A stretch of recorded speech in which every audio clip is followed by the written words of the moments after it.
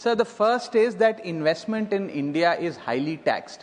हमने देखा पिछले कुछ वर्षों में कि ग्लोबल कैपिटल बहुत वोलाटाइल है, जिसके चलते जैन 2025 इसी साल का जनवरी 2025 से लेकर दिसंबर 2025 के दूसरे हफ्ते तक 1,60,000 करोड़ रुपए फॉरेन पोर्टफोलियो इन्वेस्टर ने भारत की इंडियन इक्विटी से विड्रॉ कर लिए। जब यह विड्रॉ किया गया उस समय डोमेस्टिक इंस्टीट्यूशनल इन्वेस्टर और डोमेस्टिक इन्वेस्टर्स भारत के स्टॉक मार्केट की रक्षा करने के लिए आगे बढ़े और इसी पीरियड में डोमेस्टिक इन्वेस्टर ने 7 लाख करोड़ रुपए भारत की इंडियन इक्विटीज में इन्वेस्ट किया। ये एक हिस्टोरिक अचीवमेंट भी था, मार्केट की मैच्योरिटी भी दिखाता है, लेकिन उससे ज्यादा यह दिखाता है कि जब foreign money leaves, it is the Indian investor that comes to the rescue of the stock market.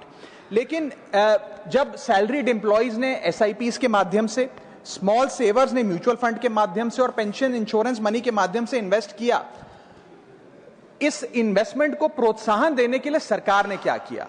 आज एक ऐसी टैक्सेशन रिजीम बन गई है जिसके अंदर कैपिटल गेन टैक्स बहुत हाई है, इंडेक्सेशन का बेनिफिट इन्वेस्टर को मिलता नहीं है, सरचार्जेस ज्यादा होने की वजह से टैक्स रेट शार्पली इंक्रीज हो चुके हैं और फ्रीक्वेंट चेंजेस के चलते इन्वेस्टर को सर्टेनिटी नहीं मिलती और एक व्यवस्था ऐसी बन गई है कि long term investments in this country are being treated as short term speculation when it comes to taxation। इसे बदलने की जरूरत है।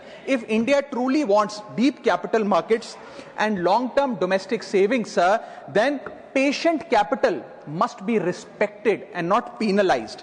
Basic principle है sir economics का कि tax consumption if you must, but nurture investments। हमें investment को प्रोत्साहन देना होगा और over taxing of investments करके हम wealth creation को disincentivize कर रहे हैं।